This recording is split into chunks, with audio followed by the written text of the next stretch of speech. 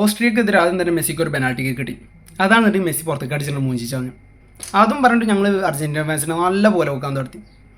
മോനെ 38ാമത്തെ മിനിറ്റിൽ മെസ്സിയുടെ ഫസ്റ്റത്തെ ഗോള് അതുകൊണ്ട് അടിച്ചതിന് ശേഷം ഞങ്ങളൊന്ന് ഒതുങ്ങി. അത് കഴിഞ്ഞൊരു 80ാം മിനിറ്റൊക്കെ ആയപ്പോൾ ഞങ്ങൾ പിന്നെ ഊക്കാൻ തുടങ്ങി. ഫിഫ റാങ്കിങ്ങിൽ 1ാം സ്ഥാനത്ത് നിൽക്കുന്ന അർജൻറ്റീനയാണ് നിങ്ങൾ ഈ ഓസ്ട്രിയക്കെതിരെയൊക്കെ കളിച്ചിട്ട് വെറും ഒരു ഗോളിനൊക്കെ ജയിക്കാനാണെന്നുണ്ടെങ്കിൽ എന്തോന്ന് കളിയാണ് ഇതൊക്കെ പറഞ്ഞിട്ട് ഞങ്ങളിങ്ങനെ ഊക്കിക്കൊണ്ടിരിക്കുക. മോനെ ആ ലാസ്റ്റ് മിനിറ്റിൽ 95ാമത്തെ മിനിറ്റിൽ മെസ്സിൻ്റെ കാലം വന്ന് അടുത്ത ഗോള്. എന്താ പറയുക, ഈ പ്രായത്തിൽ ആ മനുഷ്യൻ കളിക്കുന്ന ആ എനർജറ്റിക് ആയിട്ടുള്ള കളി ഉണ്ടല്ലോ, ഒന്നും പറയാമല്ലോ. വെറും 2 മാച്ചിൽ 5 ഗോള്. ഇപ്പോൾ ഫിഫയിൽ ഏറ്റവും കൂടുതൽ 18 ഗോൾ അടിച്ചിട്ടുള്ള മനുഷ്യൻ മെസ്സിൻ്റെ പേരിലായി ഇപ്പം അത്. എന്താ പറയുക, ഇപ്പം എനിക്ക് അയാളെ കുറിച്ച് പറയാൻ കിട്ടുന്ന ഒരേ ഒരു വാക്ക് ഇതാണ്. எவ்வளோ வயசான என்னையா, a lion is always a lion.